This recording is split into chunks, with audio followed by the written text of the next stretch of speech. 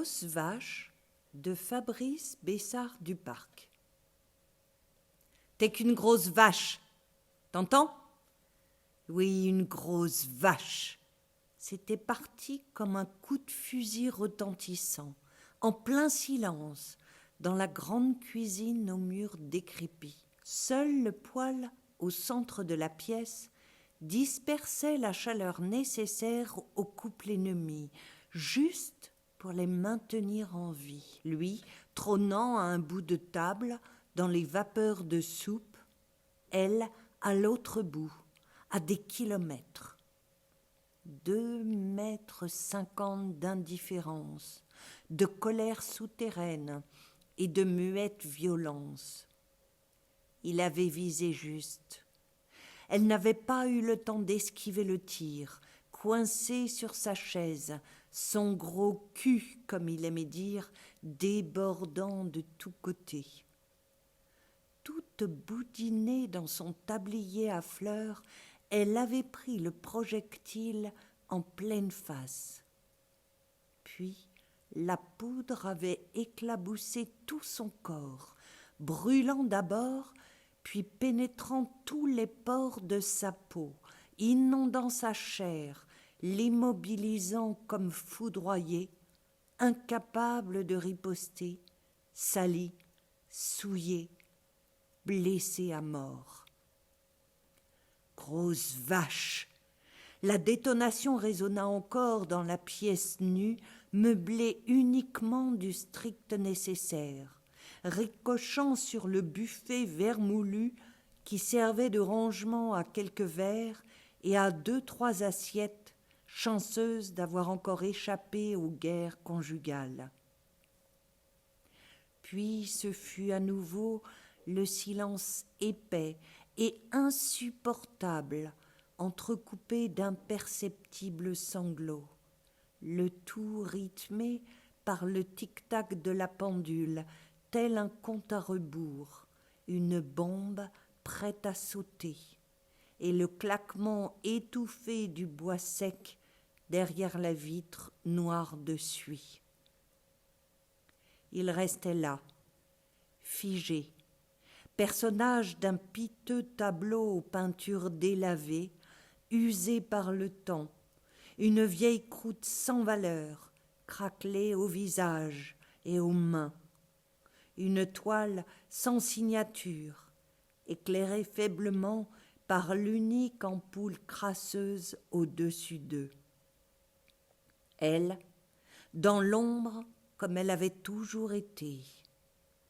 Elle, silhouette informe à présent, dans l'ombre de son bonhomme, et lui, à peine plus visible, noyé dans sa vinasse. À présent, 2 êtres désunis pour le pire, puisque le meilleur était derrière eux. Image lointaine de 2 corps alanguis, entrelacés sous les grands arbres, dans un lit d'herbe haute, amoureux, insouciant. Image lointaine d'un enfant gambadant au bord de l'eau un dimanche de printemps. Il avait suffi qu'elle s'éloigne de lui quelques instants, et l'enfant avait disparu dans les eaux troubles de la rivière. 1000 fois elle était morte, et 1000 fois elle avait survécu, 1000 fois coupable. D'abord noués l'un à l'autre, ils s'étaient ensuite détruits l'un contre l'autre, s'éloignant petit à petit l'un de l'autre, s'évitant, s'ignorant, se haïssant des yeux, si distants et pourtant si proches dans la tourmente. Et puis le temps avait fait le reste, car le temps dépose comme un pansement sur nos blessures profondes, empêchant les entailles de s'ouvrir à nouveau. Le temps atténue, mais ne guérit pas. Ainsi, les petits mots douillets qui tissent le lien les doux baisers qui rapprochent, les caresses que l'on offre au corps et qui enflamment le cœur, toutes ces attentions avaient laissé place au froid glacial d'une histoire sans parole, aux matins sans bonjour et aux nuits sans amour. Ils s'étaient emmurés dans leurs chagrins respectifs, lui avec son vin, elle avec ses gourmandises, se négligeant mutuellement, s'autodétruisant à petit feu. Grosse vache! Il avait brisé le code établi depuis toutes ces années. Il avait rompu le silence installé. Il avait posé des mots sur ce qu'elle savait déjà, sur ce qu'elle n'avait jamais osé affronter. Ainsi, elle n'était pour lui qu'un animal, juste mu par l'envie de se nourrir, un mammifère devenu inutile sans petit à chérir, un bovin aux mamelles gonflées, agonisant dans l'herbe grasse dont personne ne s'occupe. Il se leva, noua sa serviette et la rangea dans le tiroir, comme tous les soirs. Sans un regard vers elle, il monta l'escalier, titubant comme tous les soirs, agrippant la rambarde de ses grosses mains tremblantes, le pas hésitant sur le bois craquant à chaque marche. Puis, derrière lui, il referma la porte. Elle connaissait le moindre de ses gestes au bruit qui venait du plafond. Une, puis deux bottes lourdes sur le parquet, le grincement du sommier, le clic de la lampe de chevet. Bientôt, elle entendrait les raclements de gorge, les ronflements, d'abord espacés, puis continus. L'alcool aidant, elle ne tardait jamais à tomber dans un oubli profond. Elle se moucha dans le coin de son tablier, sa seconde peau, tout en nettoyant la table. Elle laverait demain. Pas le courage ce soir. De toute façon, rien ne pressait. Elle n'avait que ça à faire. Elle ne servait plus à rien d'autre. Une vie derrière les fourneaux à défaut de cajoler. Une vie de femme à la Maupassant, morne et triste. Une vie derrière les barreaux, condamnée à jamais. Elle prit son châle, accroché au mur, et sortit. Le besoin de parler à son fils.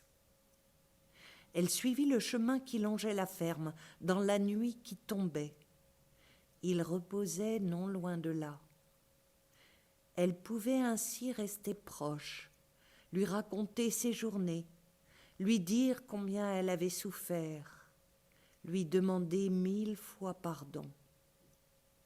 Mais aucune réponse ne lui parvenait.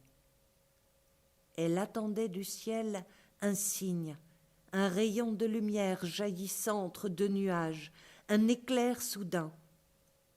Non, rien. Néanmoins, elle avait pris l'habitude de venir le voir plusieurs fois par semaine, qu'il vente ou qu'il pleuve, que le soleil déverse ses incandescences ou qu'il gèle à fendre la pierre.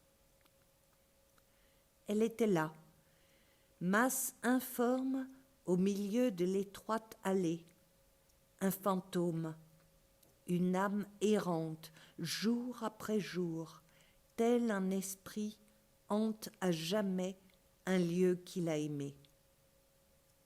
Il était son exutoire, l'ami proche à qui l'on confie toutes ses peines. Elle arriva devant lui, épuisée. Elle traînait son corps comme un fardeau sur le chemin pierreux, trébuchant au moindre nid de poule. Elle tirait sa personne comme on tire un gros sac. Tel le forçat traîne son boulet, coupable à perpétuité. Elle lui parla ainsi plus d'une heure, mais que le temps passe vite lorsque l'on vide son cœur. Lui l'écoutait, à jamais silencieux sous le marbre froid. Puis, lasse et haletante, elle s'affaissa sur le flanc contre la sépulture, enlaçant le berceau comme elle pouvait de ses bras courts et grassouillets. Enfin, une fois l'enfant lové contre ses mamelles, apaisée, elle ferma les yeux pour mieux le voir. Le médecin, appelé sur place en urgence au petit matin, parla d'un arrêt cardiaque, mais il ne put déceler le chagrin qui avait envahi son cœur. Mourir de chagrin n'existe pas pour la science. On meurt d'un accident, d'une maladie ou d'un arrêt cardiaque. Le fossoyeur, qui aida les gendarmes à déplacer le corps, s'amusa même à dire au café du village: « Elle était lourde comme une grosse vache. Hein, vous entendez? Ah oui, lourde comme une grosse vache. »